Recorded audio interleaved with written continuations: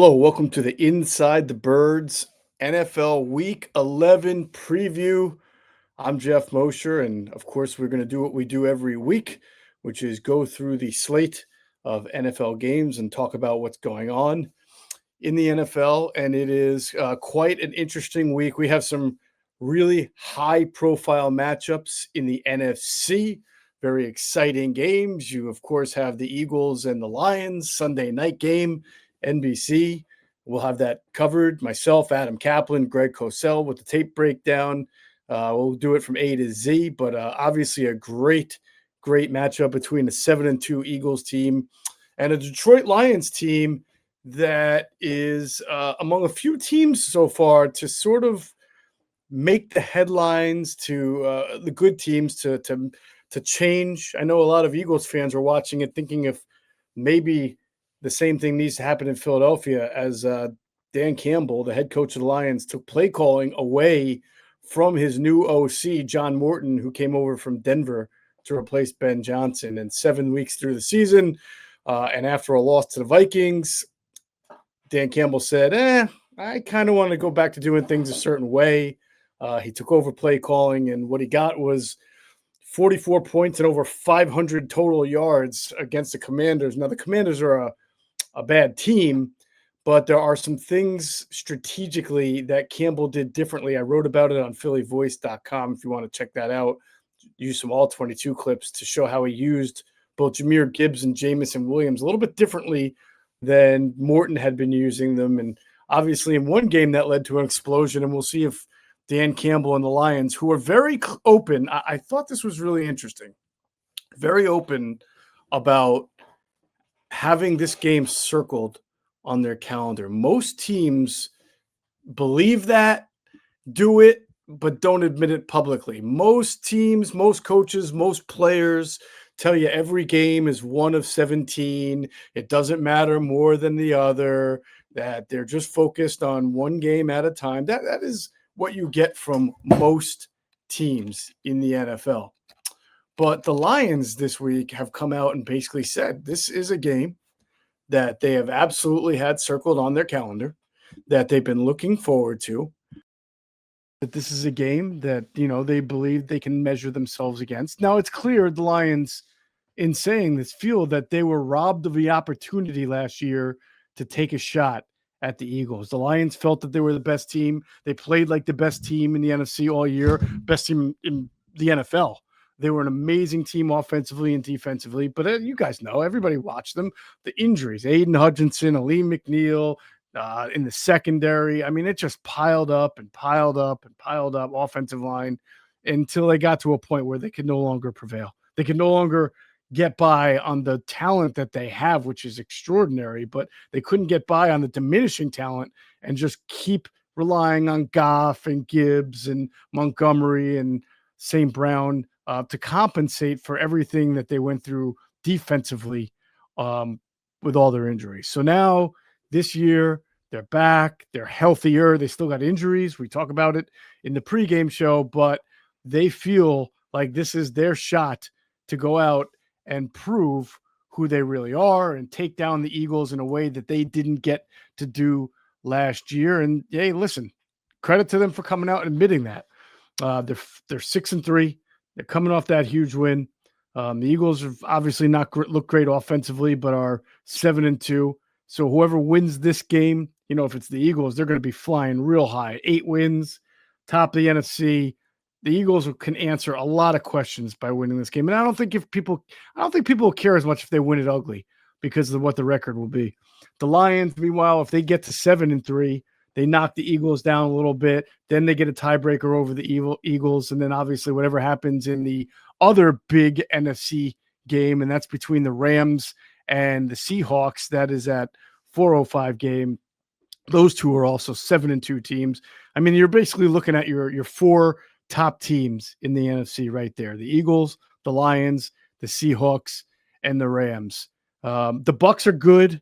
I think that I will start talking about them more once they get all their guys back. They've been banged up. You saw they lost last week to the Patriots. It was a good game. Patriots pulled away at the end. I still think the Bucs on their best day can beat any of the four teams I mentioned. But right now, those four teams, Lions, Eagles, 49ers, and Seahawks and Rams, all look like the cream of the crop. And then after Sunday night, we'll figure out, which of those two come out victorious, and those guys will really get it going. So that again is the 8:20 game. Let's get into, of course, there's a morning game because the NFL continues to play in Europe. We moved from, I guess, the games that were in Ireland to London to last week in Germany, and now we are in Spain.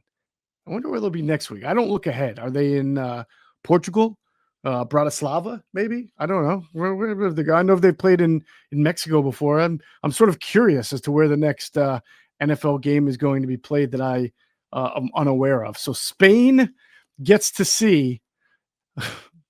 Man, if you are a Spaniard, I really hope that you love NFL football and you don't care about the quality or caliber of teams you're going to be seeing, because Spain is getting treated to a matchup of 3-7 teams, the Commanders, who have injuries everywhere, and the Dolphins, who have injuries in a lot of places, but are mostly just not a very good football team. Now, the Dolphins are coming off a huge game, maybe a game that for a week saved Mike McDaniel's job. The owner said when he fired the GM after that embarrassing loss to the Ravens, he said in a statement, he came out and said, the Mike McDaniel has not lost the team yet, but they are waiting to see how the rest of the year goes. And what happened is they rally for their coach and they beat the Bills 30-13. That makes the Dolphins one of the stranger teams in the league. They're not very good. They have they're terrible in the trenches. They had just traded Jalen Phillips to the Eagles, so you think that they've got nothing. They keep hold of Jalen Waddle, which makes sense. They don't want to have a complete fire sale, and then they go out and wax the Buffalo Bills 30-13. That means the Dolphins have actually won 2 of their last 3 games, and they've been blowouts. They beat the Falcons 34-10 in week 8, and of course 30-13 over the Bills. And in between, they lost to the Ravens 28-6. So they're a very difficult team to figure out, as much as the Bills now are with a loss. The Bills had lost 2 games, went into the bye week, came out, smacked up the Panthers, beat the Chiefs, and everybody thought the Bills are back. Well, apparently they're not. They lost to the Dolphins by 17 points in Miami. And boy, that just throws the AFC into total chaos. I mean, obviously the Colts, we'll talk about them. The Colts are very good. Chargers are still good. Broncos. But, I mean, no team is really, other than the Colts, who have actually looked a little vulnerable over the last 2 weeks. It's just week to week, you don't know what you're going to get with some of these teams. The Commanders, you know what you're going to get. You're going to get a lot of backups right now, and they're just struggling. Dan Quinn is pulling a Dan Campbell, and he is now taking over play calling for the defense. But they've got everybody out for the year. They got so many injuries. They got guys who are old who aren't playing well. I don't know what Dan Quinn is expecting by taking over play calling from Joe Witt, but we'll see. I mean, it sure helps you to go play a Dolphins team that isn't good, but the Dolphins still have some explosive weapons. This is obviously a game on neutral turf. The Dolphins are 2.5-point favorites. The Dolphins are playing better football than the Commanders. That's really the bottom line. And we'll see, can I see Quinn having a better impact on a defense that just gave up 44 points to the Lions and 38 points to the Seahawks and 28 points before that to the Chiefs and 44 before that to the Cowboys. Yeah. I mean, the Commanders defense has been terrible for 5, 6, 7 weeks now. You're playing a Dolphins offense that shouldn't light up the scoreboard against you. So we'll see if he can save the day. But the Commanders, it's going to be all about next year. You can put them in the coffin. And maybe over the second half, when Jaden Daniels comes back, they get a little bit of a spark. But they're obviously a team that's going nowhere. Panthers at Falcons. The Falcons are 3.5-point favorites over a Panthers team that might as well play in the AFC the way they're so chaotic. I mean, you go into Green Bay, you win 16-13, a week after you got smacked up by the Bills. So nobody knows what to think of you. You had a 3-game win streak to get over 500. You lost to the Bills, you're back to 500. You beat the Packers, you're over 500. Now you lose to the Saints. Now I watched some of that game, and the defense played really well. The Saints only scored 17 points, and 2 touchdowns kind of came off guys either falling or a contested catch situation. So I think the Panthers defense is legit. But offensively, the Panthers are so bad. And the Falcons themselves are bad. Are also offensively bad. That this is a matchup between two teams that you frankly expected a little bit more from. The Falcons have now lost 4 in a row, but at least they gave their last 2 opponents good games. 1-point loss to the Patriots, 6-point loss to the Colts. I mean, they had the Colts on the ropes in that game, but they could not stop Jonathan Taylor. This is anybody's game. It's also it's more important, in my view, for the Panthers, because if they win, they're 6-5, and they're really trying hard to chase a wild card. I can't imagine. I think the Falcons are done. They're 3-6. They have a whole lot of issues. And even if the Falcons win this game and get to 4-6, and then they got the Saints and Jets, you can be 5-6, then maybe 6-6. The end of the year, you got the Seahawks, you got the Bucks, you have the Rams in 3 of your last 5 games. So it's going to be a struggle for them. And even their 2 gimmies, you would say, Cardinals, Saints, I don't know if those are gimmies for the Falcons because they struggle. They struggle against a lot of teams. So they really need to, I don't know, they really need a big run here to get that wild card. Whereas you look at the Panthers, if they can get to 6-5, they get the 49ers and the Rams before the bye. All right. You hope to win one of those games, get 7 wins. Then you get your rematch against the Saints coming out of the bye. You hope to win that. You can get to 8. Then you go Bucks, Seahawks, Bucks. I guess if you beat the Packers in Lambeau, maybe you can steal one of those games and maybe get to 9. So it's tough.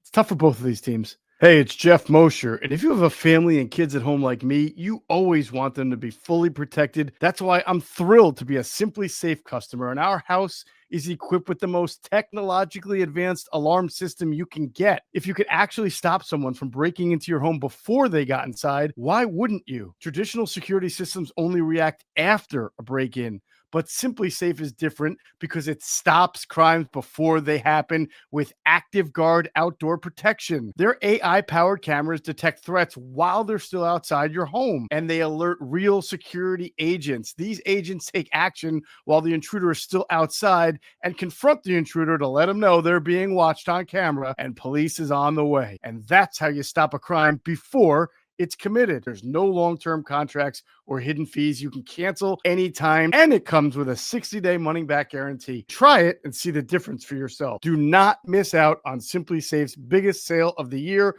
60% off. Our listeners get 60% off a Simply Safe home security system at simplysafe.com/bird. That's simplysafe.com/bird. Hey, I still like a good night out, but I'm not always in the mood to drink, and that's why I looked for a great alternative, and I found one. It's called Soul's Out of Office Gummies. You get the same light, happy buzz, but you don't have the hangover. There's no sugar, and you don't get that awkward feeling the next morning.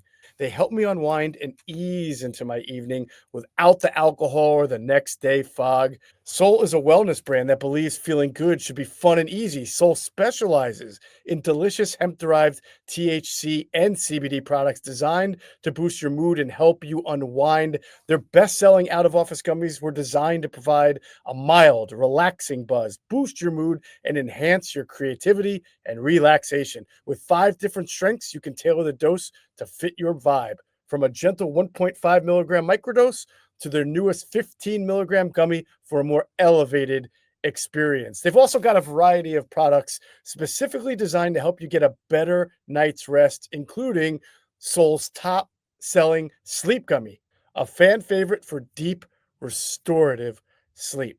So bring on the good vibes and treat yourself to Soul today. Right now, Soul is offering our audience 30% off your entire order. So go to getsoul.com and use the code BIRDS, BIRDS. That's getsoul.com, promo code BIRDS for 30% off. Speaking of the Bucks, they play the Bills in Buffalo Buffalo is 5.5-point favorites. Buffalo is a hard team to beat in Buffalo. They've shown vulnerability this year. I just talked about it. Their passing game took a major, major hit with the loss of Dalton Kincaid. That is going to be a difficult one for them to recover from because he was really doing a good job for them. He was one of their better receivers or pass catchers as a tight end. And this is a team that really sorely lacks playmakers for Josh Allen. They always have, but Allen's made it work. But I got to say, I think some of the league is catching up to him. We're talking about that with the Eagles too. They can be very feast or famine, but losing to the Dolphins in the style that they did, losing to the Falcons earlier in the year, only scoring 14 points, only scoring 20 in a loss to the Patriots. They have now in their last 5 games scored 20 or fewer points. So there's something not right with them offensively. And this is a perfect time for Tampa to go in there and hit them while it hurts. But the Buccaneers are still without Bucky Irving, still without Godwin, without Mike Evans. I mean, they're being asked to rely on Igbuka, Cade Otton, and Baker has played great. He's finding Tez Johnson. He's doing a good job. Baker has been a real stabilizing force for a couple of years now for this Buccaneers team. They can go up into Buffalo and win this game. It's not impossible, and this is the year and the time, the way Buffalo is playing, to go up and do it. I just wish for them they had a little more firepower because if you're going to go up into Buffalo and win, it really helps to be at full strength. But again, Mayfield, 16 touchdowns, 2 interceptions, been very careful with the ball. This should be a really good game. Hope to get to catch a glimpse of it at some point. It would not surprise me at all if the Bucs win. If they do, it's a huge, huge win for them. 7-3. It won't matter what the Eagles, Lions, Rams, and Seahawks do. They'll be in it. All right. 6-4. They're still in it. It's not like they're going away. They're going to get most of these guys healthy back, and they still play in the NFC South. But 7-3, they're in it for a number 1 seed. All right. If they go to 6-4, the margin of error for that is a little bit more. It's a little larger. I'm sorry, a little smaller. So good game though. Really good game. Bills are favored by 5.5. I think that's interesting. I do wonder if at some point with the Bucs, kind of like the Lions last year, if all these injuries lead to an implosion. You know, they also aren't going to have Hassan Reddick. They haven't had him. So their left guard's out. It's just tough. Very, very tough. Texans at Titans. What an interesting win by the Texans last week. Became yet another team joining, I guess, the Broncos, right? Broncos did this against the Giants to erase like an 18-point deficit or a real big fourth quarter double-digit deficit to come back and win. And I told you guys last week, I don't like that Jacksonville Jaguars team. They were up huge in that game against the Texans, and the Texans were on their backup quarterback, Davis Mills. All right, so you got a Texans team that all year long has struggled to score points. They're on their backup quarterback, and you are winning 29-10 going into the fourth quarter, and you lose that game 36-29. So I give all the credit in the world to the Texans. They found something with Davis Mills there. Got Nico Collins 136 yards. Woody Marks, the rookie running back, has really come on for them. It looks like he's replacing Nick Chubb in their offense as far as their top ball carrier. We'll see. They were behind a lot for the game, so you can understand why they want a running back to throw to. But the Texans defense is so good. I've said this a couple of times on the show, I just wish the offense could treat it better like it just did. It took forever to wake up, but obviously scoring 36 points was big. And amazingly, they gave up 29 to the Jags, although I think that was a little bit flukish. But this Texans pass rush is good. Their secondary is good. And I would expect that they will beat the Titans. It might be, again, another defensive kind of battle. But I think their defense is good enough so that if the Texans with Mills in his second straight start can get to that 24-point range, I think that they'll be okay. Texans are 5.5-point road favorites in Tennessee. Bears Vikings, good NFC game. I really think this is a strong NFC game. You got to give a lot of credit to Ben Johnson and the Chicago Bears. They came back from a fourth quarter deficit against the Giants and got to Brian Daboll fired. They won the game 24-20. They have won 6 of their last 7. Their only loss is a loss in Baltimore, which is no shame for this Bears team that is already starting to exceed expectations. The offense is coming together. They're starting to play the way Ben Johnson wants them to play. Caleb Williams isn't perfect, but he's making plays outside the pocket. He's very good.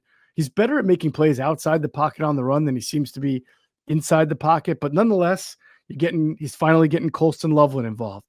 He's getting the ball to Luther Burden. So the young talent on this offense is coming through. They run the ball extremely well with Monangai and with DeAndre Swift. They actually struggled a little bit against the Giants defense early on against the run, but they've gotten it together.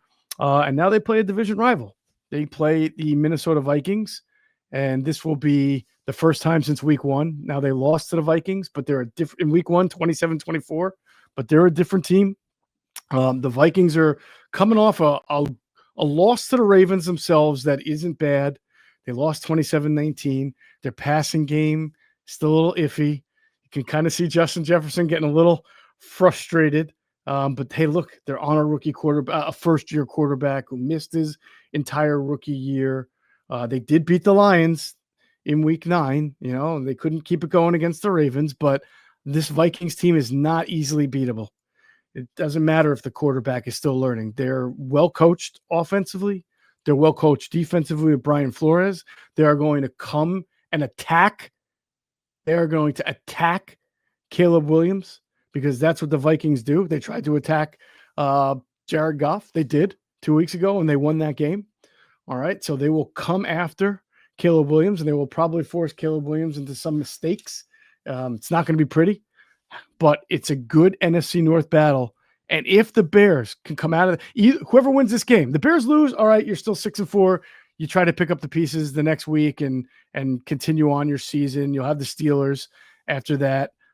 If you're the Vikings, you'll get back to 500 again. You'll have the Packers who are struggling up next, and it'll be in Lambeau. And you'll feel better about it. I mean, this NFC North is a good division. There's no terrible teams, and every team can punch you in the mouth. That's what I like about the NFC North. Every team can punch you in the mouth. You cannot show up to an NFC North game now, whether it's the Bears, Vikings. I mean, the Packers and Lions have been good for a while, but you can't show up to any of these NFC East games, play your C-plus game, or give one swift, quick punch in the first quarter and expect any of these teams to lay over. So good battles in the NFC North. And, as the calendar turns, we'll see. Chicago, you saw the weather, how it was there. In Green Bay, you saw how the weather it was there. I like those kind of games, and we're getting into that part of the season. All right, Packers at Giants. You talk about two teams that are really looking to pick up the pieces. And look, the Giants, they fired their head coach, second team this year. Titans were the first to fire their head coach. You knew it was coming. Blew too many leads. And it's really not even about that.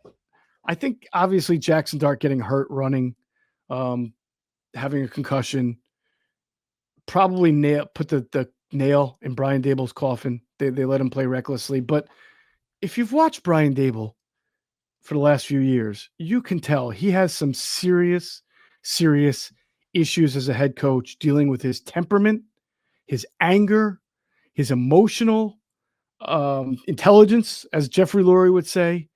I mean, the Giants were at their best in his first year, not only because of Brian Dable getting Daniel Jones and that offense to play all right, but because Wink Martindale was an incredible defensive coordinator. But guess what? Dable couldn't get along with him, fired him. All right.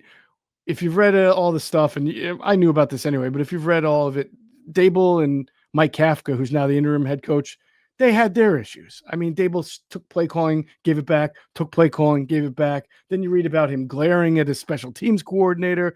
We all remember the Eagles game a couple weeks ago where he literally wasted a challenge flag. I mean, the referees told him on the tush-push fumble that it wasn't reviewable, and he throws the flag to try to review the spot instead.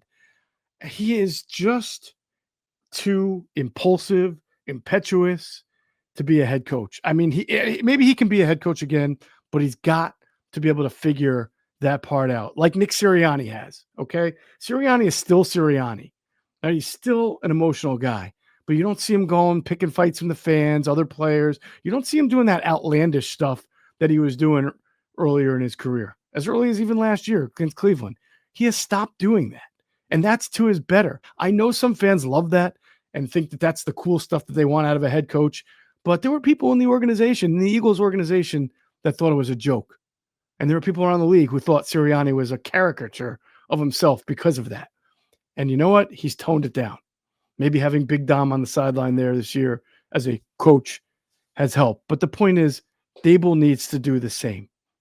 His best years in Buffalo, he was up in the booth, coaching Josh Allen, up in the booth, where he can be away from it, where it's not as an emotional roller coaster. You don't feel the intensity there on the field.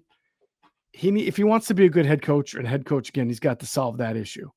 Now, for the Giants, I'm not going to really talk much about their issue of hiring coaches and GMs in the past, because the owner, John Mara, is sick right now. He's battling cancer. And I'm not going to sit there and kick the guy while he's down. I will only say this about the Giants. They have a history, since moving on from Tom Coughlin, of kind of hiring coaches who were the quote-unquote hot name coordinator, like, Ben McAdoo was, like, of course, Brian Dable was, or going for the tree, right, or that organizational tree. Let's go get Joe Judge. Not necessarily the hot coordinator, but the Belichick tree. I don't think that they've done the same kind of job that you'll see like the Steelers, the Eagles, the Ravens do in finding good candidates who are good head coaches, who have good vision, because you found that out about the guy. Vetting. Who the league's visionaries are. Eagles were great at it and getting, Andy Reid, of course, and they've been good at it with Nick Sirianni. They don't always succeed. Chip Kelly didn't work out, and Doug Peterson, of course, won a Super Bowl, but that didn't last very long. That wasn't one of their quote unquote better overall hires in the grand scheme. But Jeffrey Lurie looks for something different in somebody. Look at the Steelers. Not a lot of people talked about Mike Tomlin as a future head coach when the Steelers hired him. Everybody thought Russ Grimm was getting the job, and he was getting the job until all of a sudden they switched to Mike Tomlin. The Ravens, right? They went and got John Harbaugh, a special teams coordinator who did not have a whole lot of, if any, interviews around the league. Whoever it is that calls the shots for the Giants, what they need to do for their next head coach is to be better in finding a guy who is a program builder, who is a glue guy, who has the right temperament for the job. And it doesn't have to be the hot coordinator. It doesn't have to be Clint Kubiak, the offensive coordinator for the Seahawks, who I'm sure is going to get a job. It doesn't have to be Jesse Minter, the defensive coordinator for the Chargers, will probably be a hot name for a job. Go get someone who, A, can lead your organization if you're going to wind up replacing your GM, who has some vision, who maybe cuts against the grain, someone who isn't just the hot guy or the hot tree. And that's what the Giants need to do. The Packers need to get back to some offensive balance that's more than 50-50. I think they got to let Jordan Love throw the ball. He's got 13 touchdowns and 3 interceptions this year. He has not put the ball in harm's way, but they run so much. I wonder if it's to the detriment of getting Jordan Love warmed up. Now they lost their center, who's very good, Elgton Jenkins. They're down at wide receiver. They are a team that I think can win this game and get to 6-3, and they're waiting for Jaden Reed to get back, waiting for Christian Watson to continue to get healthier with the knee as he makes his impact. Obviously, the loss of Tucker Kraft is big. I don't know if the Packers can get back to that level that we talked about of those 4 teams in the NFC, or the Bucs at the fifth. I don't know if they have enough. Their injuries are hurting them. I think Matt LaFleur has lost some trust in the offense and is just trying to run the ball way too much.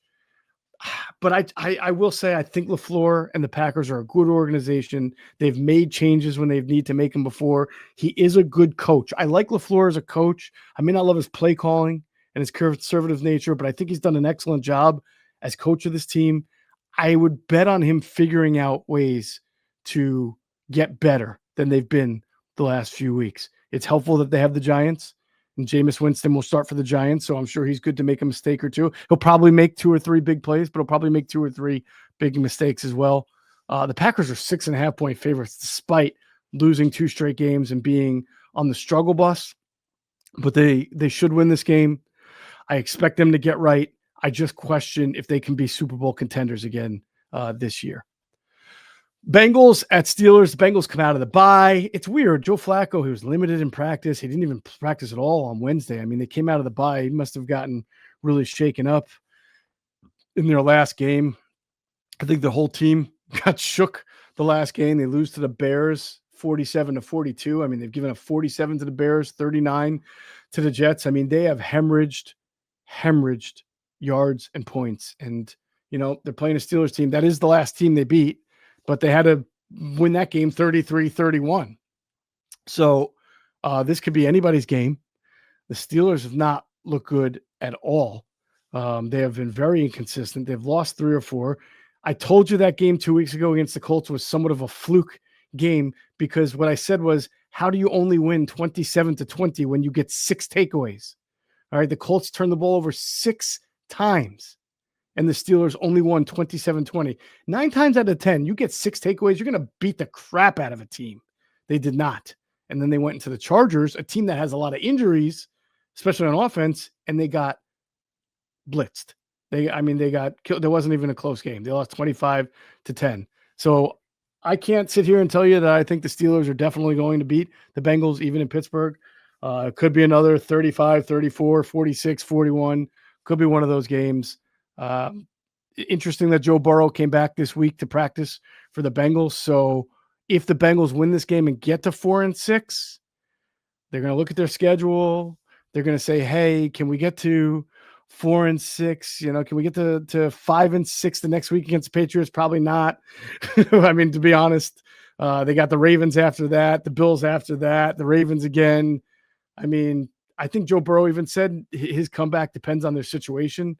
So winning this game might give them some hope, kind of like last year, how they, rallied and beat all these good teams at the end. So maybe if they can get Burrow back for week 12 against the Patriots at 4-6 and you win that game and you get to 5-6, okay, then we're talking about something. But it all starts with this week against the Steelers. Very imperative they win this game. All right, the last of the 1:00 games, you got Chargers at Jaguars. I already gave you my spiel on the Jags. They're 5-4. I don't like them at all. Their quarterback has played terribly this year. They're running the ball okay, but I when you blow a 19-10 lead or whatever it is, 19-point lead, and lose to the Texans like that, and then you got to play the Chargers the next week, good luck to you. Chargers are beat up, but they've been able to prevail.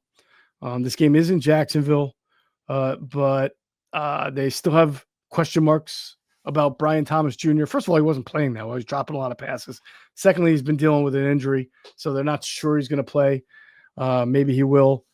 If he does, it helps. I don't think it makes that big of a difference. Brenton Strange coming off IR would be a big, then if you get Brian Thomas Jr., you get Brenton Strange back, you got Parker Washington there, you traded for Jacoby Myers. Yeah, I suppose you're looking better, and maybe you can be more formidable. But this Chargers team is playing really well. Herbert's playing well. He's been asked to do a little bit too much lately with both offensive tackles and with Omari and Hampton out. They've been able to win, but he hasn't played as well as the numbers would say. I mean, I'm sure he's playing pretty well, but he's up to 8 interceptions. This is a Jaguars team that is up and down on defense, but the Chargers are 2.5-point road favorites. I think the Chargers will win. They'll get to 8-3, and then it gets really interesting for the Chargers. They've had the Vikings, Titans, and Steelers the last 3 weeks. You get the Jaguars. You get to 8-3. You go into the bye. You come out. You got the Raiders. Great chance to go to 9-3. And then you get Eagles, Chiefs, Cowboys, Texans, Broncos. So it's really important for the Chargers to load up on these wins that they should get, and they should get this win. All right, let's get to the 4:00 games. Hey, Philly fans, game day is stressful enough. Parking, traffic, long lines. We've all been there. But when it comes to your cannabis, Camden Apothecary makes it easy. This is the dispensary for sports fans, just minutes outside of Philly with plenty of free parking. You'll be in and out fast, no hassle, no waiting. And they don't just care about convenience. Camden Apothecary is all about the guest experience. Their staff makes sure you feel taken care of every time you walk in. Plus, they carry only the best quality cannabis at the fairest prices. So whether you're stocking up for the tailgate, the watch party, or celebrating a big win, you know you're getting the good stuff without overpaying. They even show love to the community with specials for fans, students, service members, and healthcare pros. Camden Apothecary, top quality cannabis, great prices, and an experience made for Philly fans 21 and up. Okay, obviously, the other really big matchup in the NFC, I alluded to it earlier. We've got Seahawks at Rams. These are two 7-2 teams that are both on fire right now, both playing really at the top of their game. It starts with the Rams. I mean, they have been by the way, this is a matchup that's fascinating because you have possibly the assistant coach of the year candidate finalist in Clint Kubiak, the offensive coordinator for the Seahawks, versus Chris Shula, who is the defensive coordinator for the Rams. And you're thinking, Jeff, in a game between the Seahawks and Rams, why are you talking about Clint Kubiak versus Chris Shula for assistant coach of the year and not say Matthew Stafford for MVP and the 20 touchdowns that he's thrown in the last 4 games? Or why aren't you talking about Sam Darnold and Jackson Smith and Jigba? Smith and Jigba, who leads the NFL in receiving by a lot over second play. I think it was Jamar. I forget who's second in the NFL in receiving, but Jackson Smith and Jigba is by far the leader in the NFL in receiving. Why am I not talking about those guys? And I'm sitting here talking about 2 assistant coaches. Well, because they're really, really good and what they do matters a whole lot. And that really feeds in to how this game is going to be played. First of all, the Seahawks are on a 4-game win streak. They scored 44 points against the Cardinals last week, and the game was over before the Cardinals got off the bus. I mean, that was a blitzkrieg of a game in which the Seahawks were up 35-0 with a lot of time left still in the second quarter. So that game was over before it started. I've talked about it on the show before, what this offense is and has been basically with not a great running game, not a great offensive line, and only one true prolific playmaker in Smith and Jigba has been nothing short of unbelievable. And Clint Kubiak, who was with New Orleans last year, remember they got off to that start where they had 40 points in the first 2 weeks and then all the injuries settled in. But he has done a tremendous job bringing such a great under-centered downhill play action element to this offense. And I have to give Sam Darnold all the credit in the world. He played at a really high level last year, lost the last 2 games of the season, succumbed to the pressure, kind of looked like a guy who was always going to just play at a certain level or needed a certain environment, needed the Kevin O'Connell QB whisperer, and then the true colors came when at the end of the year when there's some pressure on him and they lost the games and they didn't go as far as they were going to go. And then he goes to Seattle and you question, without all the playmaking talent around him, new environment, no QB whisperer, is he going to be as good? He has been more than good. He's been unbelievable. He's been an MVP candidate. He is playing at a level that is higher than even last year. 116.5 passer rating, leads the NFL in 9.9 yards per pass, 17 touchdowns. He'll throw some interceptions still. He's got 6 of those, but he has been unbelievable. And on the other side, Matthew Stafford has been amazing. And now what Sean McVay is doing, as I get back to the coaching element of this, Sean McVay is using 4 tight ends, not all at once. He is playing a lot of 13 personnel, but he is using tight ends interchangeably with Higbee and Ferguson, got some other guys in there.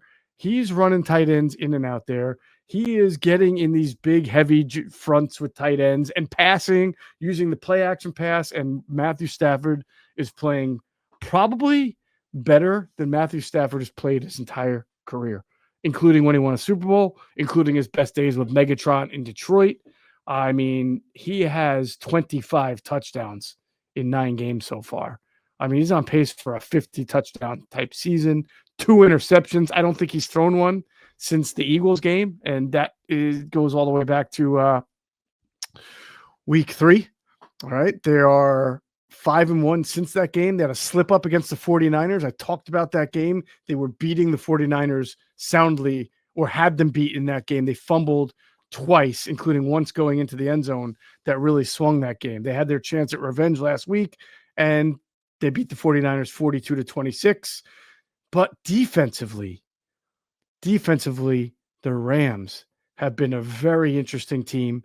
They play a lot of sub packages, a lot of dime, a lot of nickel, a lot of movement on the back end. 26 points. You might look and say, hey, you give up 26 points to the 49ers. Okay. Some of that was a little bit flukish. Some of those were late. I know Kittle had a 13-yard touchdown pass at the end of the game when it was already 42-20. That made it 42-26. So I'm not gonna sit there and act as if 26 points is what really the 49ers move the ball really well offensively. They averaged 3.5 yards per carry. All right. They were not a very efficient offense, the 49ers. 38% completion rate or conversion rate on third down. It wasn't a great game for the Niners. They had a lot of yards, sure, no doubt. But the Rams, and also it's an NFC West battle. By the way, the 49ers, with all their injuries, have played really well for them to be where that. We'll get to them in a second. But the 49ers, for being 6-4 with all the injuries they've had, you got to give Kyle Shanahan a ton of credit. But anyway, this is a great matchup. I am very curious to see how the Rams defense responds to the way the Seahawks have gone play action. They throw the ball deep to Smith and Jigba. They've got Rashid in there now, Shaheed. They haven't run the ball well. And this is in LA. One of these teams' luck is going to run out a little bit. I don't mean luck, but one of these teams is going to get found out a little bit. It has the makings to be a classic. Could be one of those great down to the wire. Whoever has the ball last game is going to win. They're both fairly healthy. I know the Seahawks have had some injuries on defense. I tend to think the Rams are 3.5-point favorites, that the Rams are the better team, top to bottom. I think the way they can control the ball with the run game and the pass game. Now, Adams is a little bit banged up. He's got an oblique injury. He's going to play. Don't know how effective he'll be compared to ordinarily. I have a feeling if he plays, he's going to be fine. He is a little banged up.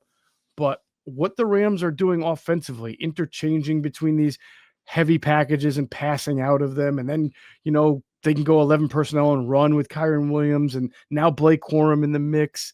Defensively, they're solid. I feel like the Rams have the edge here. They're at home for sure, so that helps them too. I think it's going to be a great game. Wouldn't surprise me if the Seahawks won. I just feel like right now the Rams are playing maybe a tad bit a little better. Again, they've won 4 in a row. This will be the first of 2 matchups, so Seattle will get a chance, if they lose this game, to get the rematch. Obviously, Seattle's won 4 in a row also. You're looking for strength of win. The best win the Seahawks have is probably at Pittsburgh, 31-17. They beat the Jags, but I don't like the Jags very much. Their last 3 have been the Cardinals, Commanders, the Texans. But in fairness, if you look at the Rams, their last few wins are 49ers, Saints, Jaguars. So they both beat the Jaguars. Both teams have a win over the Jaguars. The Seahawks beat them okay. The Rams pounded the Jaguars 35-7.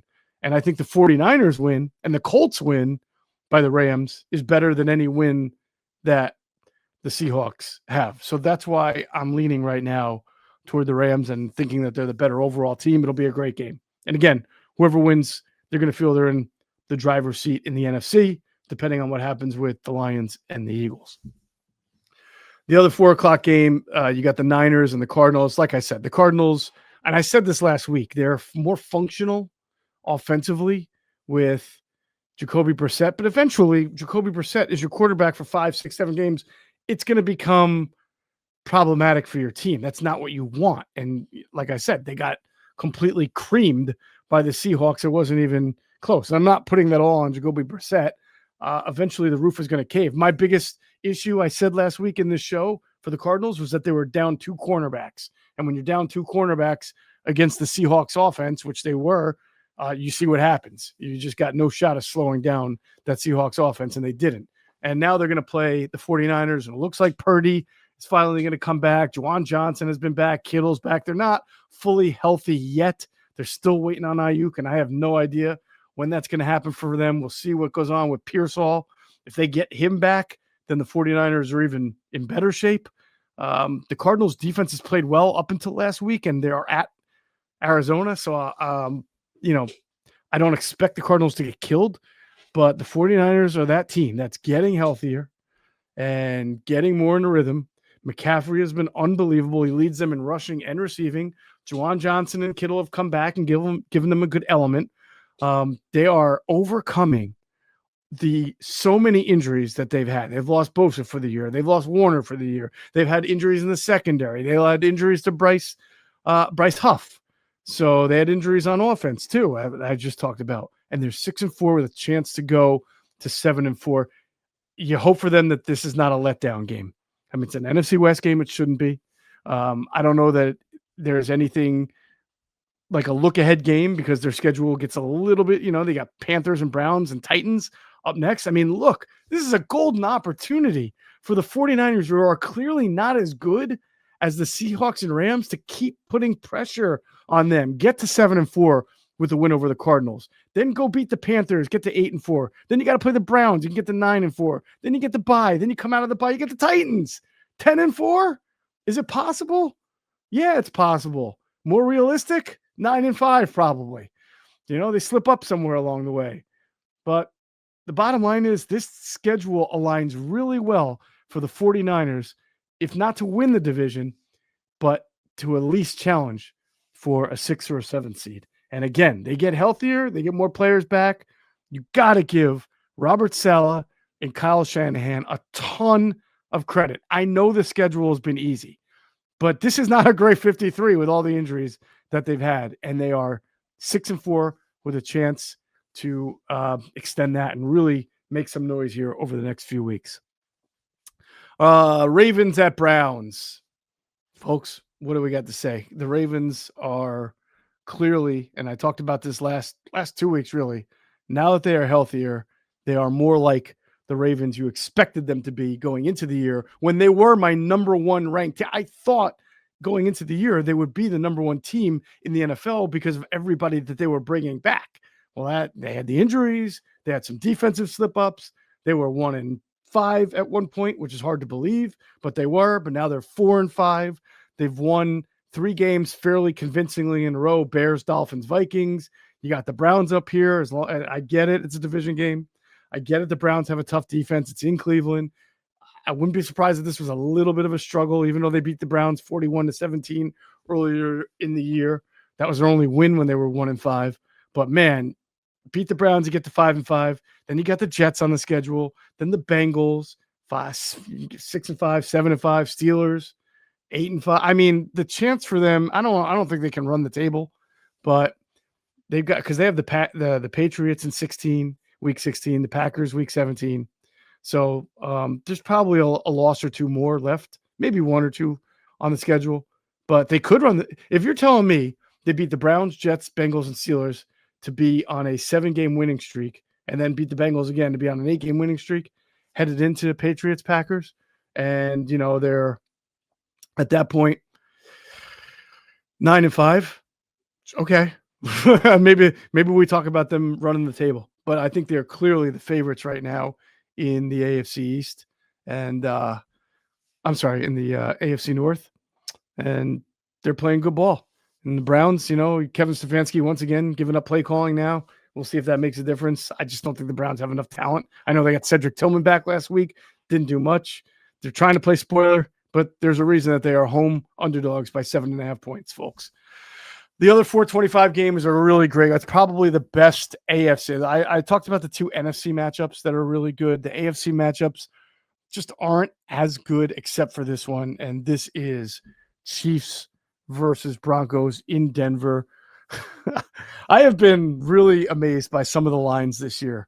The Chiefs are 3.5-point favorites on the road in Denver against a Broncos team that's 8-2, despite the fact that the Chiefs are coming off a loss to the Bills team that doesn't look as good, coming out of the bye. They don't have Isaiah Pacheco. I think Worthy is banged up again. He just hasn't really been playing that great. And they're playing a Broncos team that has won, I think, 7 in a row. So why are the Chiefs favorite? What someone has to explain to me why the Chiefs are 2.5-point favorites in this game. Did somebody on the Broncos or do they have like 3 players out? I looked at the injury report. I thought everybody who's pretty good is going to play, but for whatever reason, the Chiefs are favored by 3.5. It's not even the 3; it's 3.5. So I think that's a sign of how the odds makers feel about the Broncos offensively right now. They skated by on that Thursday night game, I think it was, and beat the Raiders 10-7. They just barely beat the Texans 18-15. I get it. Their win over the Giants a couple of weeks ago, they had that epic comeback. They still only won by 1. They beat the Jets by 2. But that's how they win. They beat the Eagles by 4. They're not a team that blows teams out. Their biggest blowout win was the Bengals, Jake Browning Bengals, 28-3. Other than that, their win over the Titans was by 8. So they're just they had a 20-point win over the Cowboys. That's probably their most significant blowout win. They don't blow teams out. They're not great offensively, but they're not terrible offensively. They struggle at times offensively, a little bit like the Eagles, but with a better, or at least the defense has been more impactful. And I get, they're playing the Chiefs, and they do struggle sometimes against the Chiefs. And this is the first of 2 games, but they're at home. If you're telling me the Chiefs win, I wouldn't be surprised. But the Chiefs they're just a very inconsistent team. They win 3 in a row, and you think that they're all figured out. They beat the Lions by 13. Everything's great. Then they lose to the Bills. And then they go into the bye week. So I think it's going to be a great game. I think it'll be close. I wouldn't want to put money on this game because either team can win. But it does surprise me that the Chiefs are favored by that much. Supposedly it's going to be really nice over the weekend in Denver. So if you were hoping for that nice, cold weather November game between these 2 teams, you might have to wait for a few weeks when they play in Kansas City. All right. Monday game. The Monday night game is not a very good game, to be honest with you. I'm not sure why the Raiders are on Monday Night Football or why the game never got flexed out. The game didn't get flexed because it's the Cowboys, and the Cowboys always are a big draw. Now, the Cowboys made some amazing deals. I didn't love the deal for the long term, but they made some trades to get better at the deadline. Then they had the bye week, and then they had an unspeakable tragedy when Marshawn Nealon committed suicide. And that is a lot to digest and overcome and to think about when you're in a bye week and coming out the bye week. I'm sure it's very difficult for the team to maintain their focus. I'm sure you're going to hear guys say that they're playing with heavy hearts, as they should. The Raiders are a team that will battle you at times. They battled the Broncos. They battled the Jaguars. They lost by 1 to the Jags. They lost by 3 to the Broncos. A couple of weeks ago, they beat the Titans. Whenever they play a good team, though, they tend to get really stomped on. They got beat bad by the Colts, got beat bad by the Chiefs. So it's hard to know what to expect. I think the Cowboys, with their adjustments on defense and with what they have offensively, are clearly the favorite, and they should be. They're 3.5-point favorites, even in Las Vegas. But it wouldn't surprise me if, given all that they've gone through with the trades, with obviously losing a teammate to suicide, if they came out there and, the game was a little slow to start, it wouldn't surprise me. But they really should win this game. The Raiders are a struggling team. They have finally gotten Bowers the ball a little bit lately. They played hard in that game against the Broncos. I like their defensive coordinator, Patrick Graham. I feel like he does a good job with the very limited personnel that he has. It'd be nice. I remember he had a good run with the Giants when he was their defensive coordinator, did a pretty good job with them. He's been to some places and done a good job. Patrick Graham's a good D coordinator, but this Raiders team just doesn't have a lot to work with. So I'm not expecting much. And I think the Cowboys will win this game pretty convincingly when it's all said and done. All right, I continue to struggle with my picks. I was 1-2 again last week. It's funny. I know I sound like a broken record, but in my pick'em league, I'm winning. That's when I have to pick every single game against the spread. I'm winning. In this show, when I only pick 3 games, I must pick I must do a bad job of just those 3 games because everywhere else I pick well. So I'm going to give it my best stab. Last week I went 1-2. I won on the Commander. I'm sorry, I won on the Lions with the 7.5-point favorites against the Commanders. They killed the Commanders. I took the Panthers 5.5-point favorites against the Saints and lost that because the Saints won outright. And then I just missed on taking the Bears 4.5 against the Giants. They won by 4. So we'll see if I have better luck this week. I am taking the Chargers, giving 2.5 points to the Jacksonville Jaguars in Jacksonville. Chargers are playing well. I have felt that their injuries will catch up with them, and I think at some point missing both offensive tackles for the year will, and the running back will.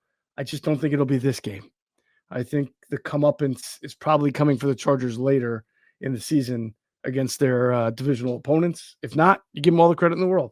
But I think that they should beat the Jaguars by a field goal or more. So I'm taking the Chargers as 2.5-point favorites in Jacksonville.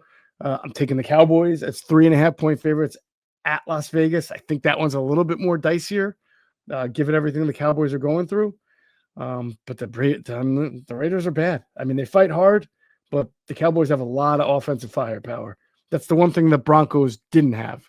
So when the Raiders competed hard against the Broncos, they made it tough because the Broncos don't score very well. They don't have a very good offense, but the Cowboys do. And their offensive line, I forgot to mention this, should be fully healthy for the first time in weeks. So I think that'll make a big difference for the Cowboys too. I'm taking them as 3.5-point favorites. And the Bears, I'm going to go with them again. Bears are in Minnesota. They're getting 2.5 points in Minnesota against the Vikings. I like the way the Bears are playing. I think Minnesota's still an up and down team. So if you're telling me the Bears are getting points, I'll take them in this situation at 2.5 to cover. So those are my 3 picks. I'm 12-18 overall, and hopefully this week a little bit better. That is going to do it for this edition of the Inside the Birds NFL preview in Week 11. As I say every week, thanks for watching and enjoy your football watching.